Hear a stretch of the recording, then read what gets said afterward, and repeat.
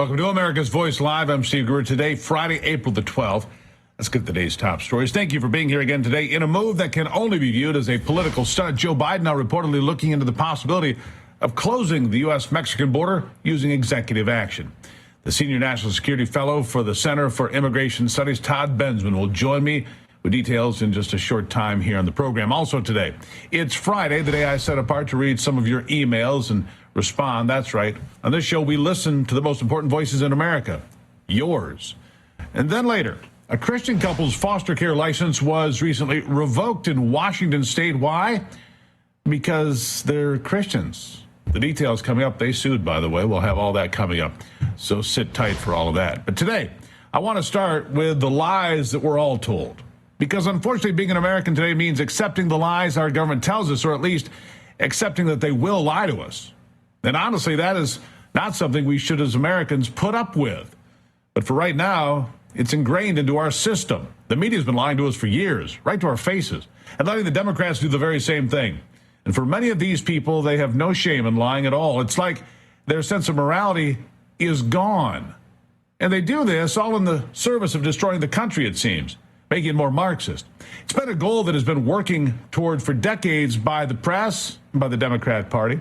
And while many people thought that was some silly conspiracy theory, they don't anymore. Because the lies we're being told fly more and more into the face of reality. What really started to wake up this nation was Donald Trump, Hillary Clinton, the 2016 presidential election. Because the deep state made it clear that they exist, and they did not want Donald Trump to win. They were clear about that. This was revealed, of course, first with Hillary Clinton's email scandal, housing classified information on her own private server. Now, that's akin to taking classified documents and leaving them in your garage. I'll get back to that a bit later. I want you to remember what former FBI Director James Comey said about the whole Hillary Clinton scandal, because it has many ramifications today as to why and how our government is still persistently lying to you. Here he is. Although there is evidence of potential violations of the statutes regarding the handling of classified information, our judgment is that no reasonable prosecutor would bring such a case. Prosecutors necessarily weigh a number of factors before deciding whether to bring charges. There are obvious considerations like the strength of the evidence, especially regarding intent. Responsible decisions also consider the context of a person's actions and how similar situations have been handled in the past. In looking back at our investigations into the mishandling or removal of classified information, we cannot find a case that would support bringing criminal charges on these facts. Of course, America's justice system has not given the same wide berth or the same courtesy to President Donald Trump, who actually had the capacity to declassify documents and legally had those documents as president. They're using that as a pretext instead to jail him before an upcoming election. And Joe Biden, who took classified documents while he was a senator and vice president and did not have the power to declassify, just like Hillary Clinton, gets off scot-free. And yesterday, it comes out that audio exists of President Joe Biden showing his ghostwriter classified documents gleefully, and knowing that everything he was about to show the writer was, in fact, still classified. Congresswoman Elise Stefanik confronted current FBI Director Christopher Wray about that in front of a committee. I'll let her explain. Are you aware, and this is breaking news right now, are you aware that there's an audio recording of Joe Biden saying to his ghostwriter in February of 2016, quote, "I just found all the classified stuff downstairs," end quote? Are you aware of that audio recording? Again, I would just respectfully refer you to the special counsel. No, I'm asking you, are you aware as director of the FBI? You're either aware or you're not. I'm aware. Am I aware of what now? Whether the audio exists of Joe Biden saying in February 2017, quote, "I just found all the classified stuff downstairs," end quote, to his ghostwriter. Again, I'm just going to refer to the special counsel and his testimony and his report. It sounds like you might be aware of it then. Sounds to me like he is aware of it. I found all the classified stuff. So you know it's classified, Joe. He knew, he kept it, he broke the law with intent. That whole exchange is damning. And a side note on that, why are government officials completely allowed to not answer any questions in front of Congress? How can they sit there and just buffalo and BS? Congress is their boss.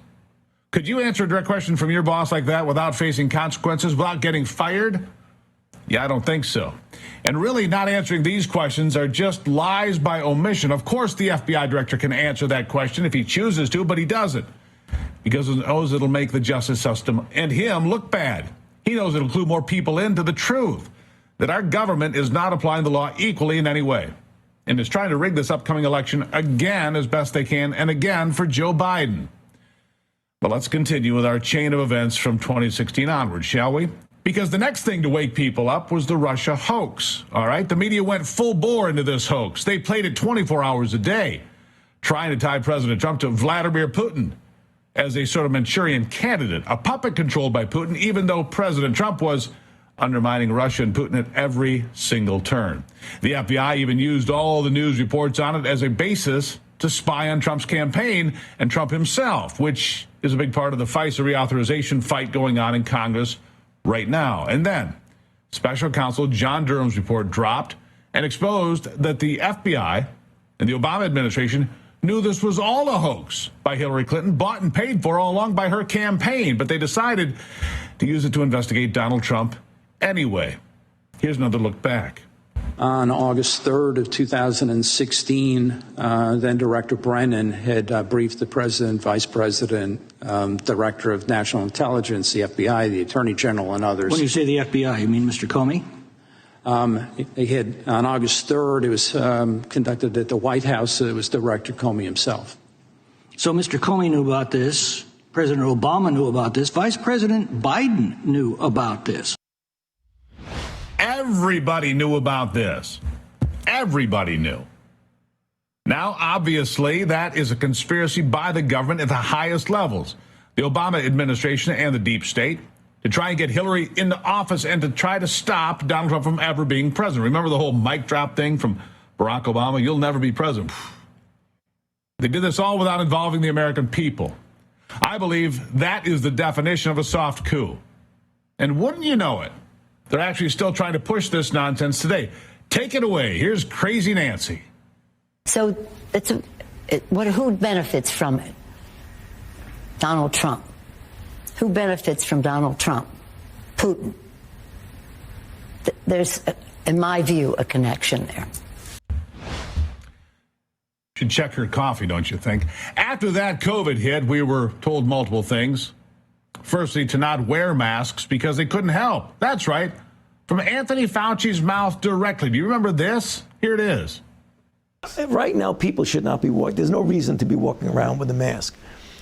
When you're in the middle of an outbreak, wearing a mask might make people feel a little bit better, and it might even block a droplet, but it's not providing the perfect protection that people think that it is. You probably forgot about that, didn't you? You probably forgot about that. Wow.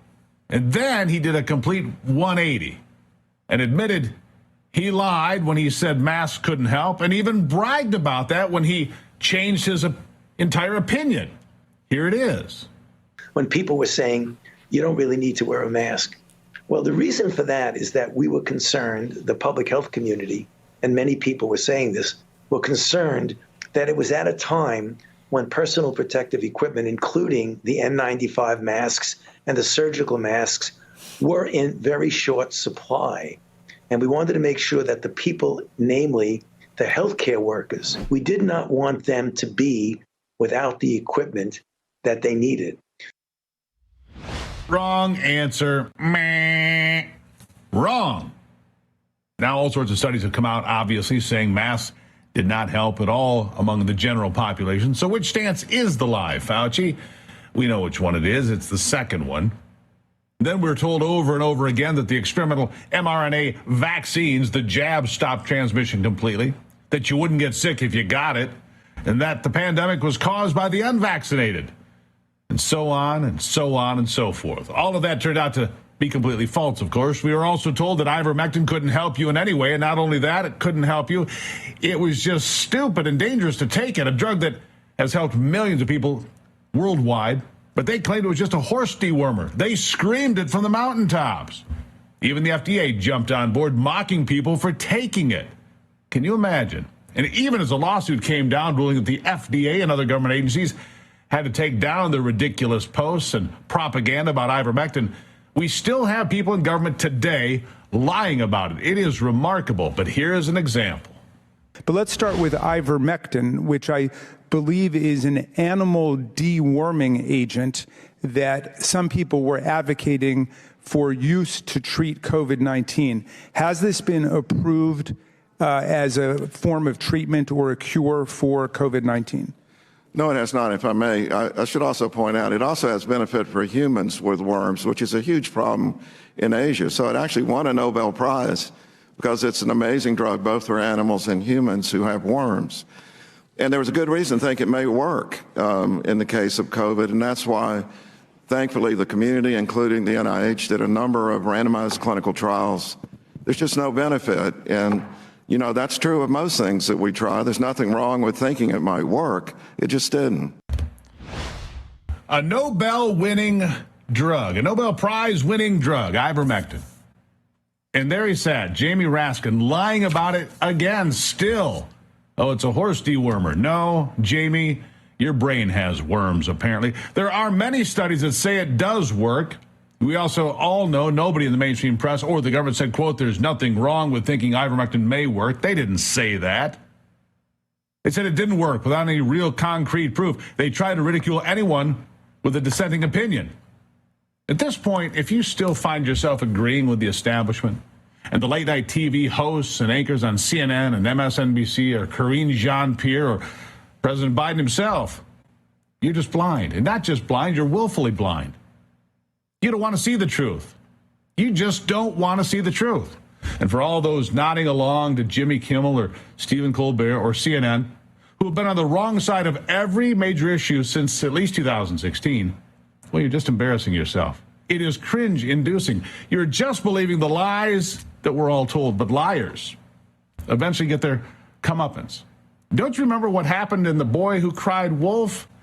The government should remember that, because even if they tell the truth now, nobody will believe them. They have no credibility. And that's where we find ourselves this Friday in 2024.